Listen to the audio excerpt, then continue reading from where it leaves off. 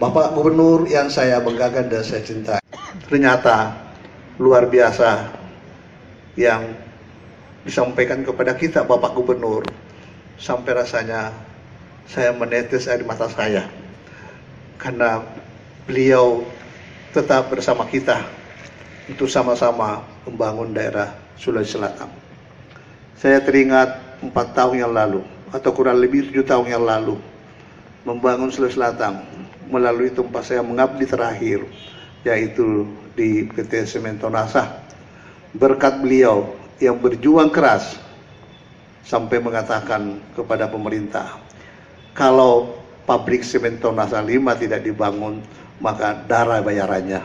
Inilah yang luar biasa, yang tidak bisa saya lupakan dari beliau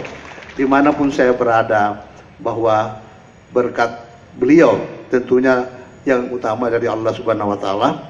dan jadilah Tonasa 5 bersama pembangkitnya dan sarana prasarananya